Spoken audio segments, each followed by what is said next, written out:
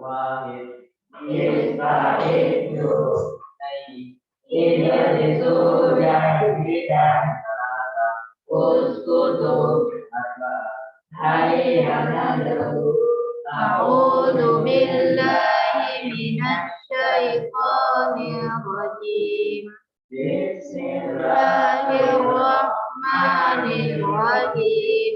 Raditu billahi rabban wa bil islam dina wa bi Muhammadin nabiyyan wa rasulah. Rabbi zidni ilman warzuqni fahman. Allahumma illa ma ja'altahu lana wa anta taj'alul hasna idza sirta ta'ala. Amin. Syukron jazakallahu khairan katsiran akil. Kemudian Ibu mau tanya soal kemarin, siapa kemarin yang meraih penghargaan di daurah Muhayyam? Siapa? Siapa? Betul lah, bertanya betul lah. Ihsan, sebagai apa? Terdisiplin. Siapa lagi? Rahil. Apa? Siswa terdisiplin. Ada lagi? Tidak? Sultan? Apa nada Pak Sultan? Wow, Masya Allah. Ada lagi? Upaira siswa terdisiplin juga. Habisi, Masya Allah. Ada lagi? Ada yang terbanyak hafalannya? Ada Zaidan? Tidak? Iya atau tidak? Oh iya, berarti ada 4 ya, Masya Allah. Di sebelah juga saya lihat banyak sekali penghargaannya mereka dapat. Dan tadi malam ada yang merasa kelelahan? Angkat tangannya siapa yang berniat tidak hadir. Kan biasa kan seperti itu. Jangan maka hadir besok deh. Capek Kak. Jadi karena waktu kita sudah lewat beberapa menit, Ibu langsung saja share.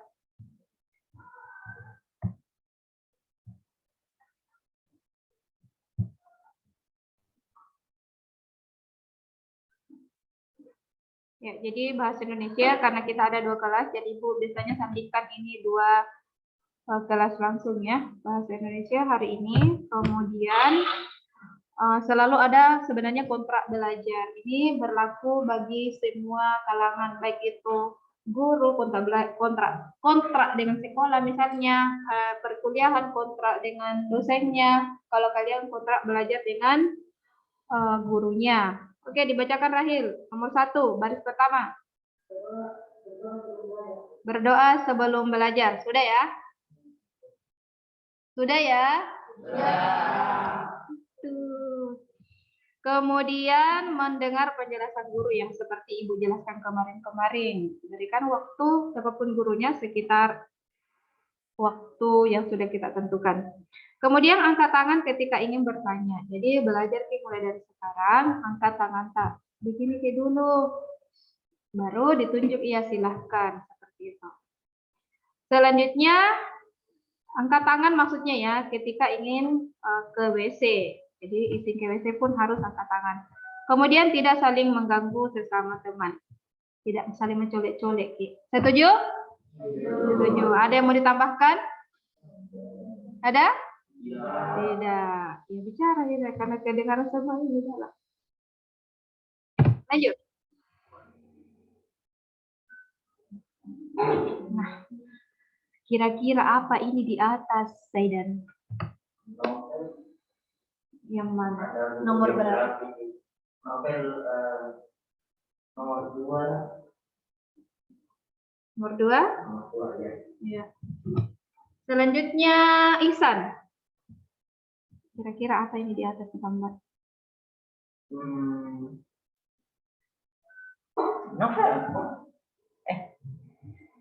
Apalagi nomor 2 ya, menanti restu dari langit.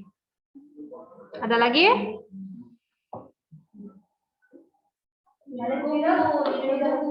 Betul. Ada spidol Kak? Menurut saya ada lagi apa? Ada spidol? Serius? Tidak ada deh. Oh, itu kan lagi kalau kita tidak ada yang lain. Ya Allah, kenapa tidak bilang ke ibu? Itu banyak. Oke, kira-kira ini apa ya? Bicara itu ada seninya. Judul buku, novel. Kalau filsafat apa ini dia? Ya? Apa? Nomor berapa? Nomor berapa kamu tahu? Ya, cover buku atau bahasa Indonesianya sampul buku.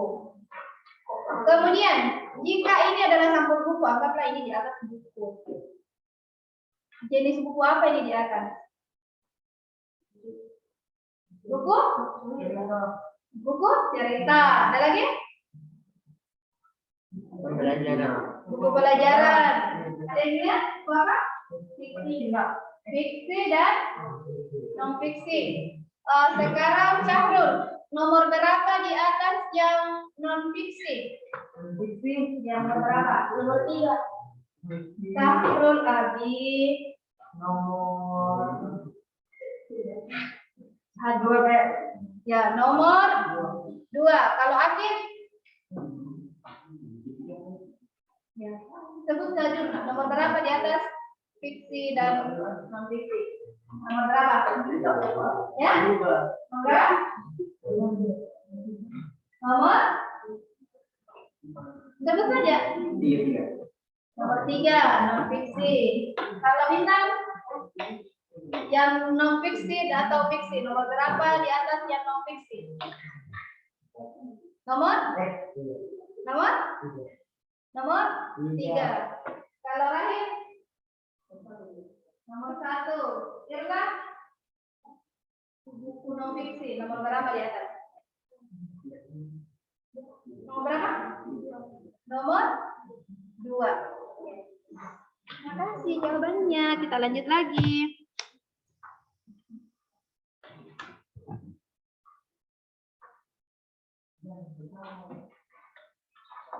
Ini apa artinya, Zidan? Mohon perhatiannya. Ya, mohon perhatiannya. Ibu, keahliannya Ibu hanya bisa menuliskan sesuatu tapi susah untuk mengeluarkan kalimatnya. Nah, yang di atas tadi kan sudah ada sampul buku. Ini adalah kutipan dari buku tersebut. Kalau nomor 2 ini kira-kira buku apa ini? Undang-undang Pancasila, betul. Bisa juga undang-undang, itu khusus undang-undang. Kemudian kalau nomor 1, buku apa itu? Oh, ketertiban. Dongeng? Ya, bisa juga. Dongeng lebih mengarah ke buku fiksi atau non fiksi? Fiksi. Berarti ini buku fiksi. Anggaplah dongeng. Betul. Kemudian biografi Nabi Muhammad SAW. Ini fiksi atau non fiksi? Non fiksi. Kalau kumpulan cerpen? Fiksi. Ada yang fiksi, ada yang fiksi dan ada non fiksi. Itu katanya Abi ya. Baiklah, jadi di berapa di atas ini berapa fiksi, berapa non fiksi? Berapa? 2 apa? 2 apa? 2 ya, 2 fiksi, 2 non fiksi. Yang kita udah ganti detik. Selanjutnya. Oh iya, Ibu punya surprise tentang ini. Ini sudah betul tidak kalimatnya? Ada beberapa orang sini, saya cuma ngetik-ngetik di WA gitu, yang pakai bahasa Inggris. Ini apa artinya?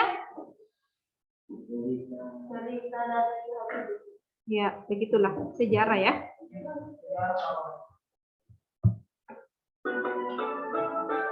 Perhatikan baik-baik.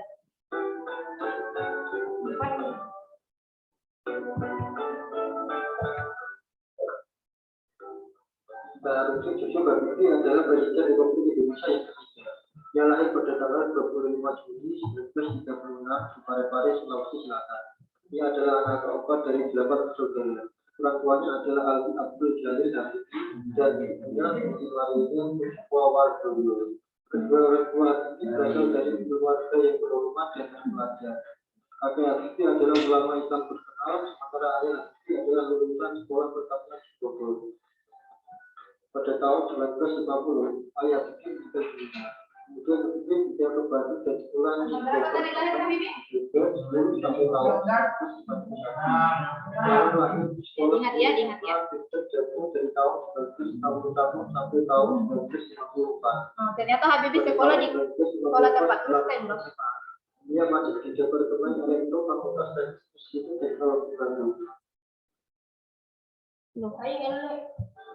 Pada tahun 1955, ia melanjutkan kuliah di jurusan konstruksi pesawat terbang di Aceh, Jerman Barat. Ketika datang ke Aceh tahun 1955, Habibie adalah satu-satunya mahasiswa yang ikut biayai beasiswa. Ibunya yang jaga sepenuhnya membiayai kuliah. Nggak gitu ya, gue. Mau menyelesaikan kuliahnya secepat mungkin. Ia menyelesaikan jenjang S1 hingga S3 selama 10 tahun. 1 sampai 3 10 Pada tahun tahun. 1960, Habibie lulus diploma. Habibie kemudian bekerja sebagai asisten peneliti di Institut Konstruksi Lingkungan di kampusnya. Pada awal 1962, Habibie cuti pulang ke Indonesia selama 3 bulan. Di Bandung, ia bertemu dengan teman SMA-nya, Hesti Ainun Basari. Tak lama Jadi istrinya. pada tanggal 12 Mei 1962, mereka menikah. Bersama ini, Habibie kembali ke Aceh, Jerman. Jadi dia bawa istrinya ke Jerman. Antara Habibie dan Ainun berdua sejak masih remaja. Di mana ketika keduanya Kita Habibie juga jatuh cinta. Namun, keduanya baru saling memperhatikan ketika sama-sama bersekolah di SMA itu Bogor, Bandung, Jawa Barat. Komunikasi mereka akhirnya terhenti setelah Habibie melanjutkan kuliah dan bekerja di Jerman. Sementara itu, Ainun tetap di Indonesia dan kuliah di Fakultas Kedokteran Universitas Indonesia. Pada tahun 1965, dia meraih gelar doktor engineering atau dokter melanjutkan Cuma Kumlaut. Setelah kepulangannya ke Indonesia, seorang pemimpin perusahaan Habibie menyatakan pengakuannya atas keputusannya. Dia berkata bahwa untuk mendapatkan satu orang kerja tinggi, dia bisa membutuhkan waktu 100 tahun. Berapa tahun dibutuhkan? Pada tahun 1965, Habibie mendapatkan 2 tawaran. Tawaran pertama menjadi pengajar di kampusnya. Tawaran kedua bekerja di perusahaan pesawat Boeing. Setelah mempertimbangkan dengan istrinya, ia menolak keduanya. Habibie kemudian mendaftar di perusahaan pembuat pesawat Helikopter Squadron Boeing atau HFB, yang mana telah mengembangkan pesawat Fokker F-28 dan dia mendapat penawaran tapi dia malah menolak penawaran tersebut. Pada tahun 1973, ia diangkat sebagai Direktur Pengembangan dan Penerapan Teknologi. Jabatan tersebut adalah yang tertinggi di Habibie yang pernah dijabat oleh orang asing. Pada tahun yang sama, ia kembali ke Indonesia atas permintaan mantan Presiden Soekarno. Pada tahun 1978, Habibie kemudian dijabat sebagai Menteri Negara Riset dan Teknologi. Pada tanggal 24 Juli 1990, Habibie meninggal dunia. Tak lama kemudian, pada tanggal siapa meninggal itu? Ibunya. Itu juga terpilih sebagai ketua Ikatan Cendekiawan Muslim Indonesia yang pertama. Itu juga Ikatan Cendekiawan Muslim Indonesia. Ikatan Cendekiawan Muslim Indonesia. Pada tahun 1998, kemudian menjabat sebagai wakil presiden kedua Soeharto. Dan pada tahun yang sama, Habibie diangkat menjadi presiden RI ketiga setelah hadirnya presiden sebelumnya Soeharto. Oke.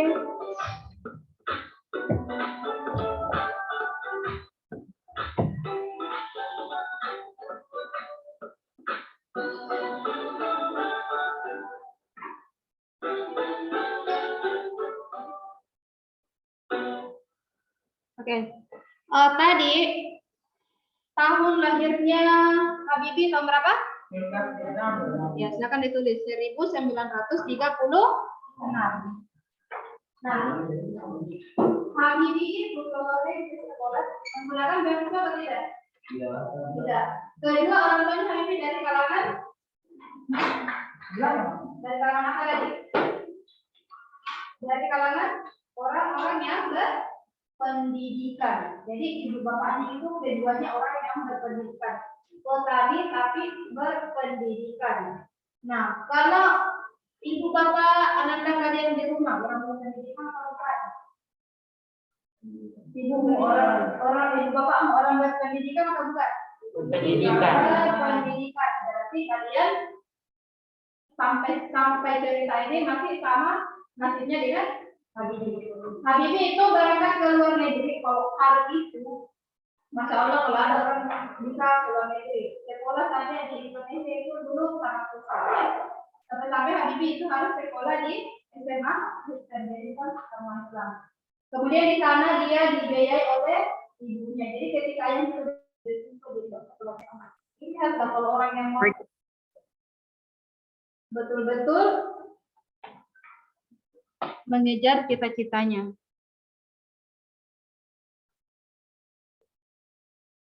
Kemudian Habibie itu hafiz atau bukan? Mengerti hafiz? Menghafal Al-Quran atau bukan? Menghafal Al-Quran? Ada sejarahnya? Iya. Dia mengaji Muslim, saya taat, tapi dia bukan hafiz, ya? Bukan hafiz. Tetapi pertama dia adalah orang yang menjadi cendekiawan di masanya. Kemudian dia adalah orang taat pada negaranya. Tidak memilih untuk kerja di luar negeri meskipun dia dibiayai oleh pemerintah dan diangkat kenegaraan yang seperti ini tidak tahu. Setelah ada perintah dari Presiden Soeharto waktu itu untuk pulang ke Indonesia, dia langsung pulang ke Indonesia. Kemudian dia mengatakan bahwa orang luar negeri itu mengatakan bahwa sebenarnya dia adalah orang yang sangat jenius dan memerlukan waktu 100 tahun lagi untuk melahirkan orang-orang di Indonesia seperti Habibie, betul. Ya Pak, dengan kalau ada tetapi. Nah, sekarang dia lahirnya 1930.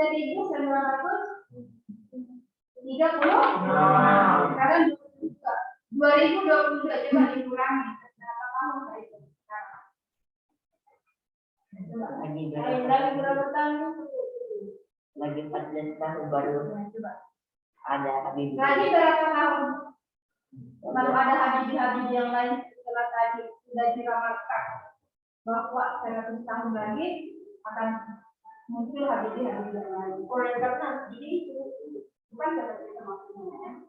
Pokoknya maksudnya kecerdasannya itu butuh waktu untuk menciptakan orang-orang cerdas seperti Habibie.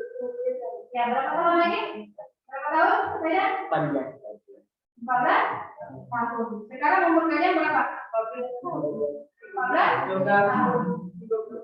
Ada 13, ada ya? 14, ada yang beda? Ini bertanya, nanti yang bilang saya Bu yang 15 begitu. Berapa tahun lagi? Kalian sudah 15 tahun. Kemudian 14 tahun lagi kita menuju ke berapa tahun? Sekarang jawab seperti itu. Apapun cita-cita kalian, Habibie itu harus disiplin, kerjanya, belajar terus. Bukan berarti dia tidak pacaran, tapi dia tidak pacaran seperti yang kalian lihat. Dia menyukai. Banyak orang di dunia ini yang menyukai seseorang tapi dia tidak pacaran. Dia hanya menyimpan. Dia adalah cinta sangat kolonial seperti itu ya. Karena dalam Islam memang mau tidak mau, setuju atau tidak setuju, tidak ada yang namanya pacaran. Oke, sip. Karena waktu kita sampai. Nah, pemimpin, saya yakin semuanya di sini akan menjadi pemimpin di 14 tahun kemudian. Amin. Tetapi amin. Tetapi tambah kalian akan menjadi pemimpin hafiz dan pemimpin itu bukan berarti kalian harus memimpin negara. Tapi saya yakin di sini akan menjadi pemimpin negara dengan predikat populer hafiz atau saya yakin. Yakin? Yakin? Kalau kalian nanti jadi dokter, harus terlebih dahulu menjadi seorang Habib betul. Nah, Habibie itu sudah menunjukkan kecerdasan, kecerdasan kecerdasannya. Nah, tadi yang di 14 tahun ke depan menunjukkan kecerdasan kalian, kecerdasan kalian, jenis kalian ditambah dengan Habib. Nah, di sini Ibu sudah mengumpulkan daftar-daftar orang yang cerdas dan kalian bisa setiap kali maju ke depan itu akan gambarnya akan berubah, itu akan menulis. Sekarang contohnya seperti ini. Saya ingin melihat 14 tahun ke depan seorang pemimpin yang adil dan menghafal Al-Quran.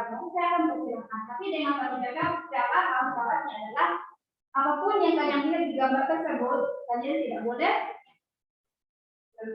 memberitahukan kepada orang lain. Oke? Ya. Oke, Akil. Apa yang ingin kamu lihat di sini, Akil? Di sini.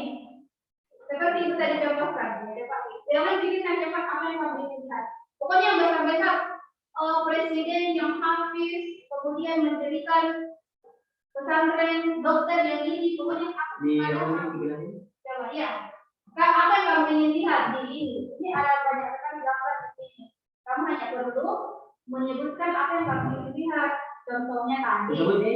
Iya, contohnya saya ingin melihat presiden 15 tahun ke depan dengan disertai yang harus menjadi presiden itu harus saya akan berdasarkan siapa sih yang jadi presiden dari ke depan. Coba. Presiden? Apa kamu lihat? Coba, apa kamu lihat? Pemimpin yang hebat. Pemimpin yang hebat dan habis dan apa? Dan 15 tahun ke depan ya. Pemimpin yang hebat dan prestasi. Kamu siap untuk melihatnya? Jangan kaget. Terus jangan bilang orang lain. Ya. 1, 2, 3. Betul? Betul? Betul kan?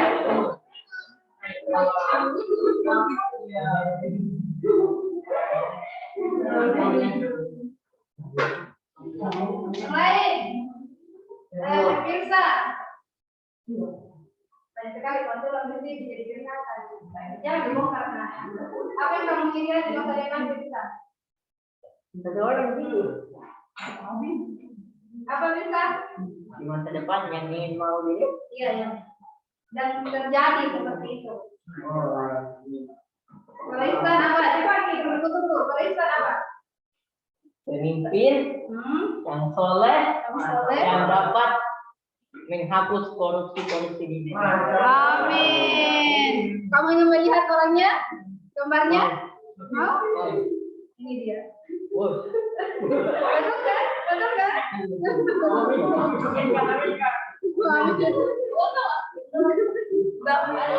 Sekarang ada sini aja ditanya.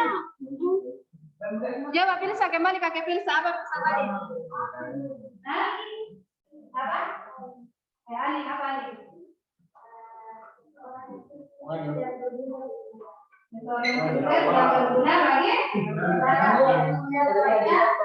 Jadi ulangan juga ya.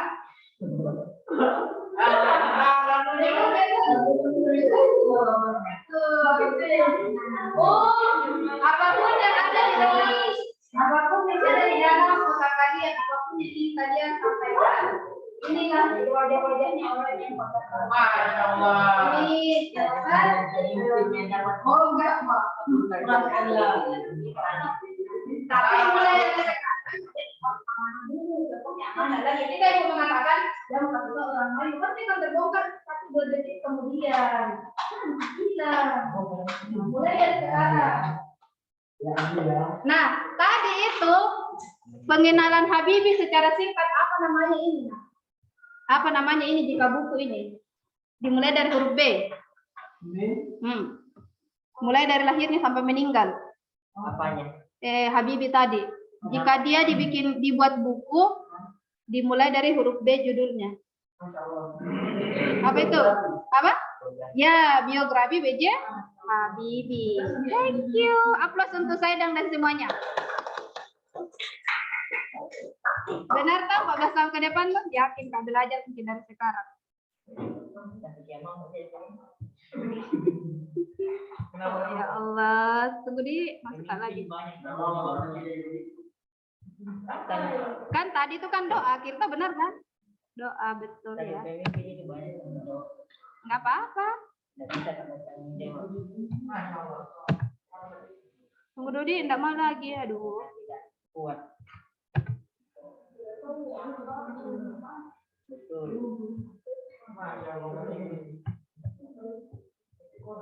I'm sorry. Lagi tidak mau diajak kompromi. Oke. Introduction, benar Medi?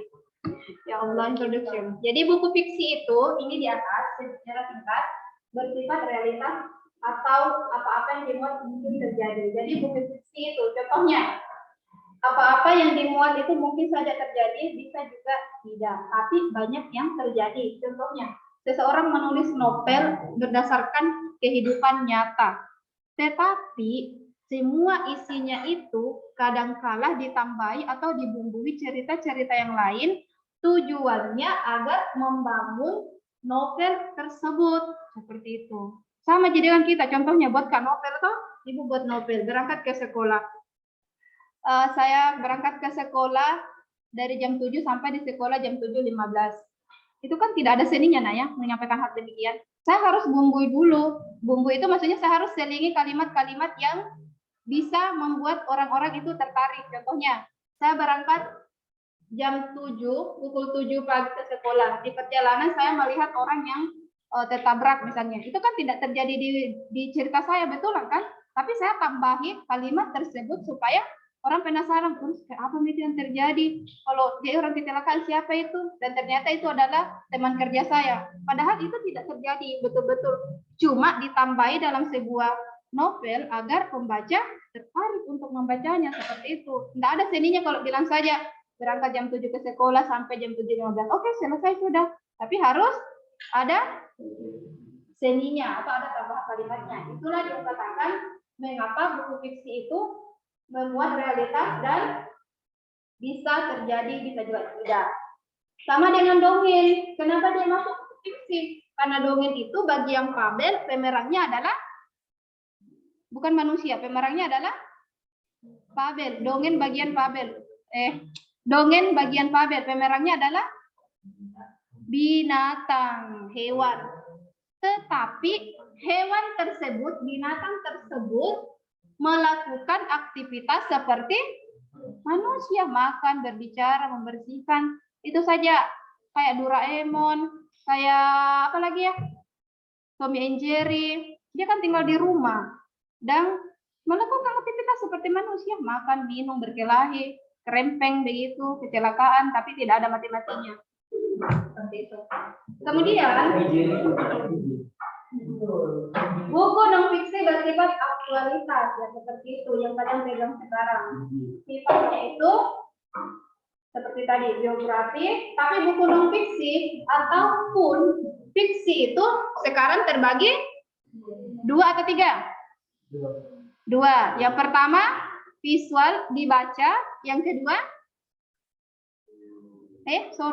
visual itu dinonton, dilihat media, yang kedua adalah audio, yang ketiga adalah audio visual. Hanya bisa didengar. Masih ada kan sekarang yang masih bisa didengar melalui HP ya, kayak rekaman seperti itu. Itu audio saja. Jadi seperti itu. Nah, ini adalah kata-kata indah. Ada yang tahu artinya?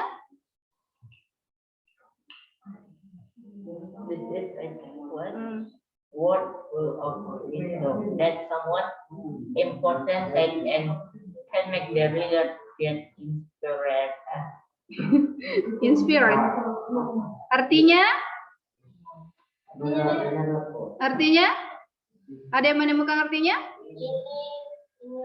Ya, ini baca Abi. Ini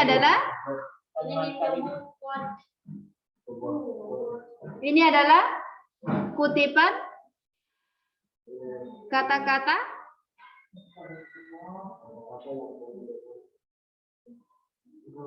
yang penuh hikmah yang diucapkan oleh Ada yang dapat artinya? Ada? Ya. Ya. Siapa orangnya? Katakan saya orangnya. Siapa orangnya? Katakan saya orangnya. Siapa orangnya? Saya. Kalian adalah pemimpin di masa yang akan datang. Kemudian kata-kata kalian bijak. Bilang amin dong. Amin. Amin. Kata-kata kalian bijak, penuh hikmah, dan yang kalian ucapkan, yang kalian karya, kalian ke depannya akan membuat seseorang terinspirasi. Amin ya Rabbal alamin. Nah, ini yang kita mau buat hari ini. Belajar membuat biografi.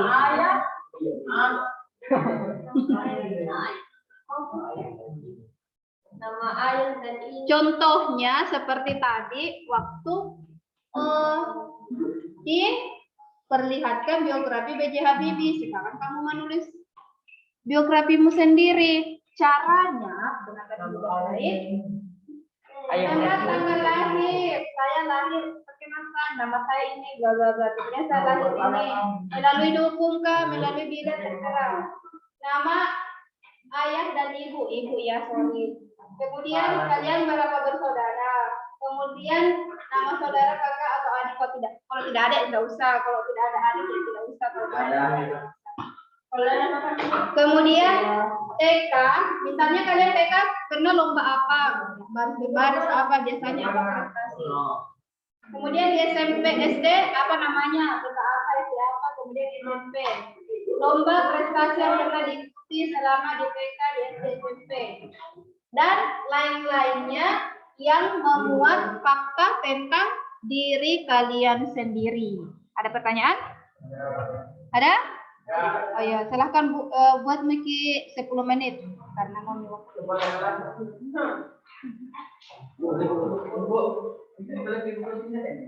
Iya, nak di buku sih. Ya, iya di belakang juga bisa. Ada garis-garisnya di belakang. Waktunya 10 menit.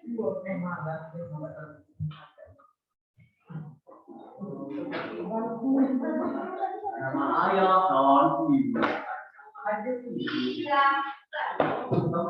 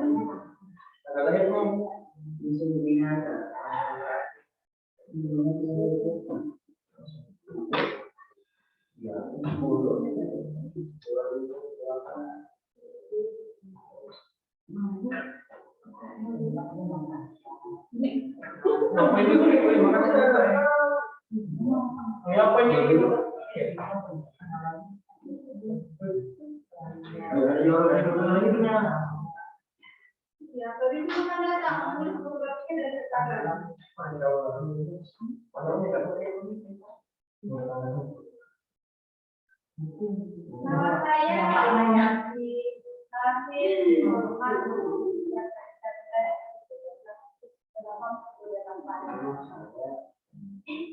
Ibu bersama saya. Oh, perkenalan diri dulu, Boy. Kita jadi memperkenalkan diri, tapi dalam bentuk tulisan.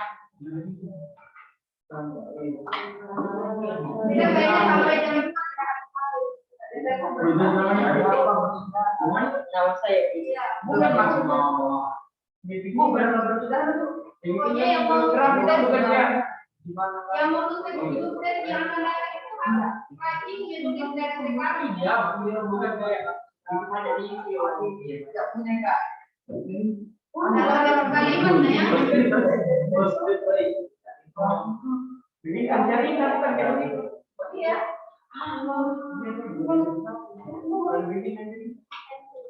Ya itu benar dari kata contoh biografi. Ini apa?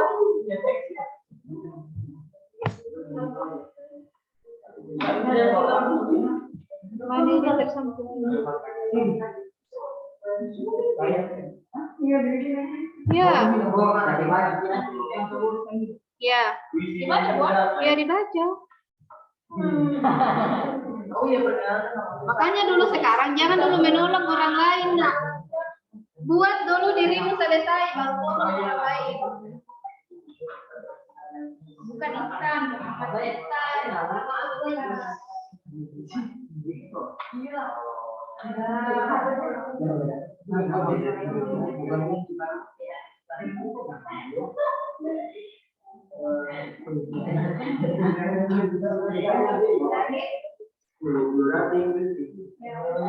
Enggak perkenalan nama kan lagi Pak. Buat kali ini masih bukan Kecil sih tak? legend pertama bukan Apa ini? Coba ini. Langsung sambut.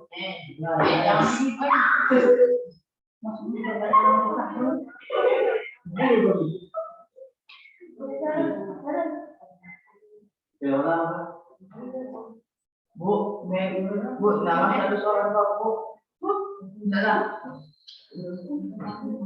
Kalau enggak di tahun nama itu ada.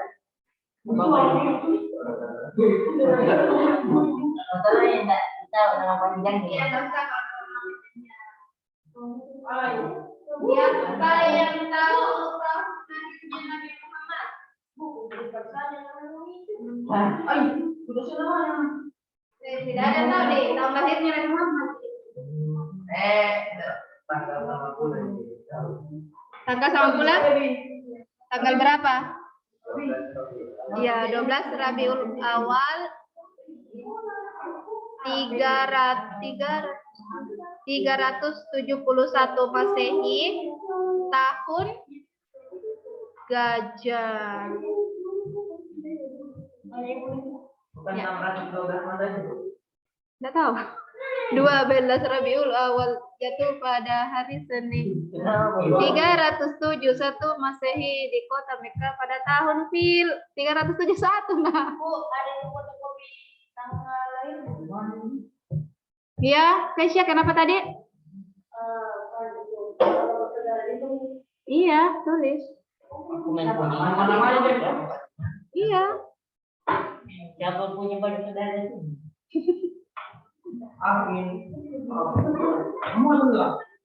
Kemudian sambil kalian mengarang, di tahun gajah Nabi Muhammad sudah lahir atau belum?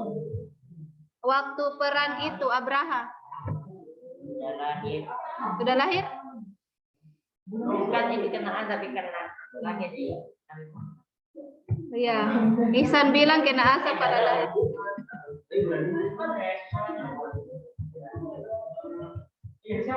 Ayo dong pemimpin yang akan datang, tulis biografinya, perkenalkan sama dunia. Namaku Ihsan. Seorang pemimpin yang bebas dan korupsi. No, saya tidak begitu.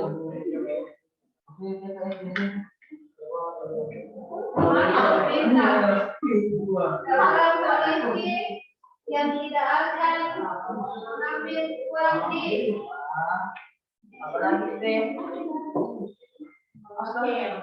Kalau tuan itu kan ada banyak kan.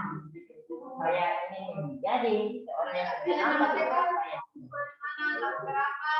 tahun 2005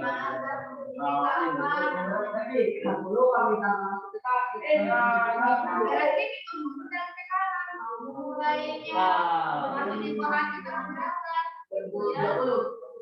ya begitu berarti 6 tahun 2014 berarti 2013 ke bawah. Oh, Bu, ada fotokopi tanggal lahir. 2000. 2012 langsung. Tega aku tuh iya. 2012. Tega? 2000. Coba ada ini nih. 14 masuk SD. Itu di 2013 kan ya. 2013 Tentang saya nanti kan. Iya. Tentang jadi nanti kan.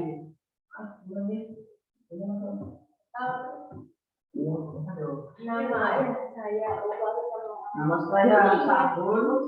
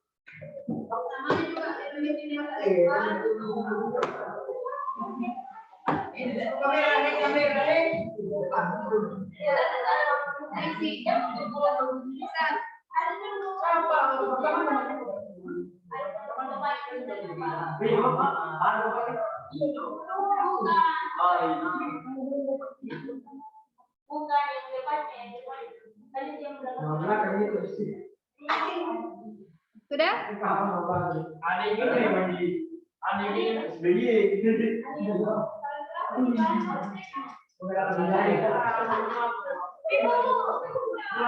Belum memang.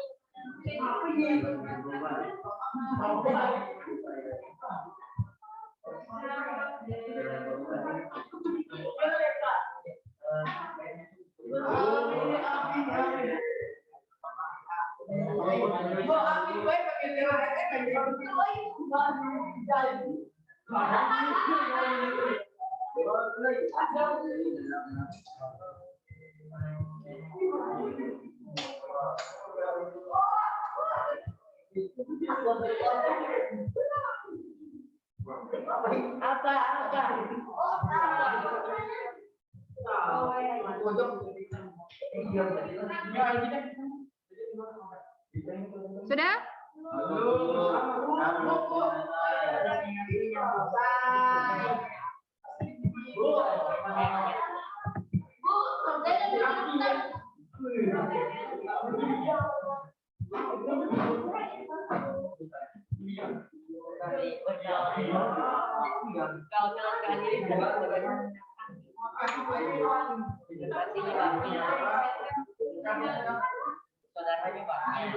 Bu, apa tadi lagi tuh? Siapa tadi itu?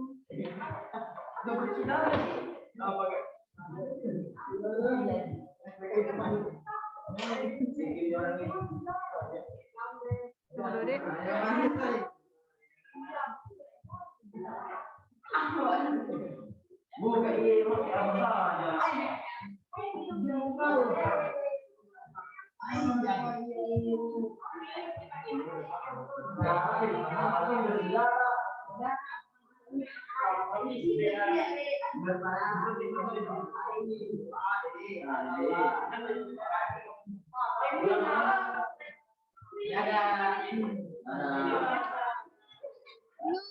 Masih rekam.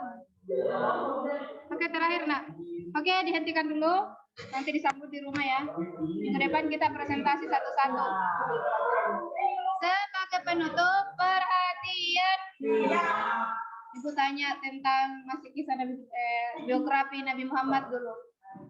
Tadi ada pertanyaan, Nabi Muhammad itu pada saat Abraham menyerang Makkah untuk menghancurkan Ka'bah, Nabi Muhammad sudah lahir atau belum? Sudah. Sudah atau belum? Siapa bos sudah? Siapa yang bilang sudah? Angkat tangannya. Waktu tahun gajah, waktu penyerangan Makkah, lahir atau belum? Hah? Apa? Coba angkat tangannya. Siapa yang bilang sudah lahir? Jangan ragu. Siapa yang bilang belum lahir? Jangan main-main. Yang serius sekarang. Yang mengatakan belum lahir. Lahir dari saya. Ya. Belum, ini yang aslinya, Oke, silakan. Jadi ternyata di tahun gajah itu adalah 40 hari sebelum kelahiran Nabi Muhammad. Jadi Muhammad belum lahir. Siapa nama ibunya? Siti Aminah. Nama pamannya yang tidak mendapat hidayah. Siapa? No, karena Abu Lahab itu musuhnya memang dari awal, meskipun pamannya yang sangat baik, dia melindungi dia selama dakwah, tetapi tidak mendapat hidayah masuk Islam. Ada. Abdul? Ya. Siapa kakeknya? Siapa nama kakeknya? Kakeknya. Abdullah itu siapa? Bapaknya. Abdul Muthalib itu siapa? Siapa? Kakek atau pamannya? Ya, kakeknya. Saya nggak tahu siapa, ya lupa, jelas pamannya saat itu tidak mendapat hidayah. Nah, dengarkan ibu terakhir. Akil, dengarkan ibu terakhir. Kenapa pamannya itu dia sangat menyayangi Nabi Muhammad, melindungi dakwanya. Tidak ada yang berani menyentuh Nabi Muhammad, tapi tidak masuk Islam karena dihalangi oleh derajat dan kekuasaan dia di kaum Quraisy. Karena kenapa? Kapan dia masuk Islam, maka dia juga akan dianiaya sama dengan halnya Muhammad dianiaya oleh kaum Quraisy. Itu salah satunya karena dia memiliki jabatan. Kemudian waktu itu penyerangan Abraha kan ke Makkah ingin menghancurkan Ka'bah. Kenapa kafir Quraisy waktu itu tidak ikut lenyap juga dengan kaum Abraha itu? Makanya dia Abraha dia. Ya, padahal pada akhirnya kaum Quraisy inilah yang menjadi musuh Nabi Muhammad, bukan musuh yang menantang Islam waktu itu. Sebelum Islam datang, sebelum Muhammad dilahirkan. Mengapa demikian gitu? Padahal waktu itu kan kezoliman juga kan sudah terjadi di Makkah. Yang pembunuhan anak perempuan, minum-minuman hamar. Bukan hamar orang ya, hamar yang diminum gitu. Mengapa Quraisy tidak ikut lenyap waktu itu?